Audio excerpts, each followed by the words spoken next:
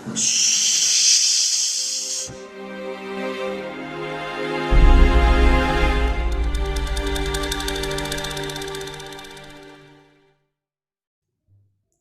అండి.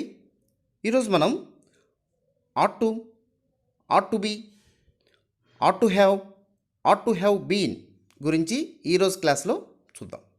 ముందుగా ఆట్ టును ఎప్పుడు ఉపయోగిస్తాం అనేది చూద్దామండి. అసలు ఆట్ టు అంటే ఏంటి? ఏ సందర్భంలో దీన్ని ఉపయోగిస్తాం? ఇది వచ్చినప్పుడు ఎలా చెప్పాలి అనేది చూద్దామండి. ఆట్ టు అంటే స్ట్రాంగ్ అడ్వైజ్ అండి. స్ట్రాంగ్ అడ్వైజ్కు యూజ్ చేసేటటువంటి ఒక మోడల్ యాక్సిలరీ. మనకు ఆల్రెడీ షుడ్ గురించి తెలుసు. You should respect your elders. మీరు మీ పెద్దవారిని గౌరవించాలి అని చెప్తాం.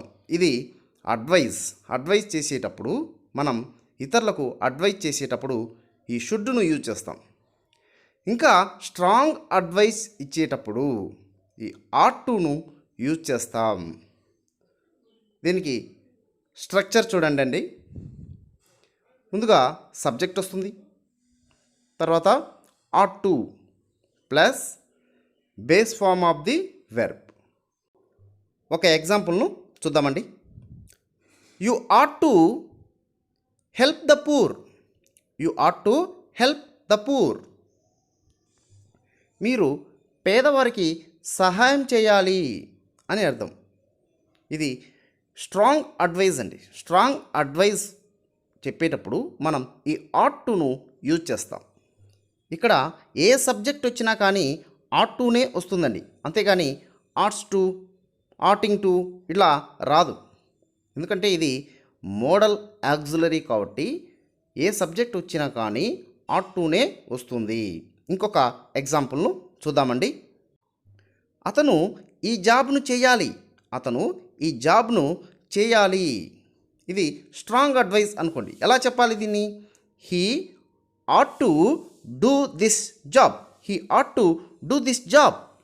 ఇప్పుడు టు బీ తర్వాత పాస్ట్ పార్టిసిపుల్ వచ్చినప్పుడు దాన్ని తెలుగులో ఎలా చెప్పాలి అనేది చూద్దాం. దీనికి స్ట్రక్చర్ను కూడా మనం చూడొచ్చండి. ముందుగా సబ్జెక్ట్ వస్తుంది, తర్వాత ఆట్ టు, తర్వాత బీ ప్లస్ పాస్ట్ పార్టిసిపుల్ అంటే వెర్బ్ యొక్క మూడవ రూపం. ఒక ఎగ్జాంపుల్ను చూస్తే మనకు క్లియర్గా అర్థమైపోతుందండి. ఆల్రెడీ మనం ఒక ఎగ్జాంపుల్ను చూసాం. అంటే you ought to help the poor. You ought to help the poor. దీన్నే ప్యాసివ్లోకి మార్చేటప్పుడు టు బీ తర్వాత పాస్ట్ పార్టిసిపుల్ వస్తుంది. ఇక్కడ ఆబ్జెక్ట్ ఎవరు? The poor. The poor object కాస్త సబ్జెక్ట్ అవుతుంది. The poor ought to be helped. The poor ought to be helped. ఇక్కడ బై యు అని పెట్టచ్చు. అక్కడ ఎవరైతే సబ్జెక్ట్ ఎవరైతే అక్కడ మనం బై యు అని, బై హిమ్ అని, బై దెమ్ అని పెడతాం. స్పోకెన్ ఇంగ్లీష్లో మనం అట్లా బై హిమ్, బై దెమ్ అని యూజ్ చేయం. జనరల్గా యూజ్ చేయం. The poor ought to be helped అని చెప్పేస్తాం. ఇంకొక ఎగ్జాంపుల్ను చూద్దామండి. మీ రూమ్ ఒకటి చాలా డర్టీగా ఉంటుంది. దాని అంతటిని కూడా మీరు శుభ్రం చేయాలి అని సలహా ఇస్తారు. అప్పుడు ఎలా చెప్తాం? You ought to clean the room. You ought to clean the room అని చెప్తాం. ఇది యాక్టివ్ వాయిస్. మీరు రూమ్ను శుభ్రం చేయాలి అని చెప్తాం. ఇంకా స్ట్రాంగ్ అడ్వైజ్లో ప్యాసివ్లో చెప్పేటప్పుడు ఇది స్ట్రాంగ్ అడ్వైజ్ అండి. ఆట్ టు ఎప్పుడైతే యూజ్ చేశామో అది స్ట్రాంగ్ అడ్వైజ్ అని అర్థం. You ought to clean the room. దాన్ని ప్యాసివ్లోకి మార్చేటప్పుడు the room ought to be cleaned. The room ought to be cleaned. ఇప్పుడు ఆట్ టు హ్యావ్ తర్వాత పాస్ట్ పార్టిసిపుల్ వచ్చినప్పుడు దాన్ని తెలుగులో ఎలా చెప్పాలి అనేది చూద్దామండి. దీని స్ట్రక్చర్ను ఒకసారి చూద్దాం. ముందుగా సబ్జెక్ట్ వస్తుంది, తర్వాత ఆట్ టు హ్యావ్, తర్వాత పాస్ట్ పార్టిసిపుల్ వస్తుంది. ఒక్క ఎగ్జాంపుల్ చూస్తే మనకు క్లియర్గా అర్థమైపోతుందండి. మీకు తెలిసిన ఒక వ్యక్తి ఒక పార్టీకి అటెండ్ అయి ఉండడు, కానీ ఆ పార్టీకి అతను అటెండ్ అయి ఉంటే అతనికి ఎంతో మేలు జరిగి ఉండేది. అప్పుడు మీరు అతనికి ఎలా సలహా ఇస్తారు? మీరు ఆ పార్టీకి అటెండ్ అయి ఉండాల్సింది, మీరు ఆ పార్టీకి అటెండ్ అయి ఉండాల్సింది అని చెప్తాం. ఇటువంటి సందర్భంలోనే మనం ఈ స్ట్రక్చర్ను యూజ్ చేస్తాం. You at to have attended to the party. You at to have attended to the party. ఇంకొక ఎగ్జాంపుల్ను చూద్దామండి. నేను ఆ కారును కొని ఉండాల్సింది. నేను ఆ కారును కొని ఉండాల్సింది. దీన్ని ఎలా చెప్తాం? I at to have purchased the car. I at to have purchased the car.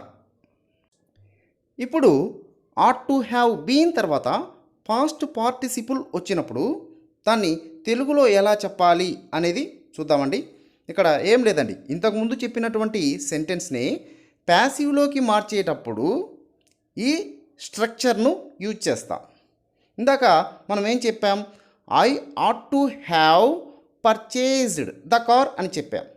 దీన్నే ప్యాసివ్లోకి మార్చేటప్పుడు ఇక్కడ హ్యావ్ తర్వాత బీన్ వస్తుంది.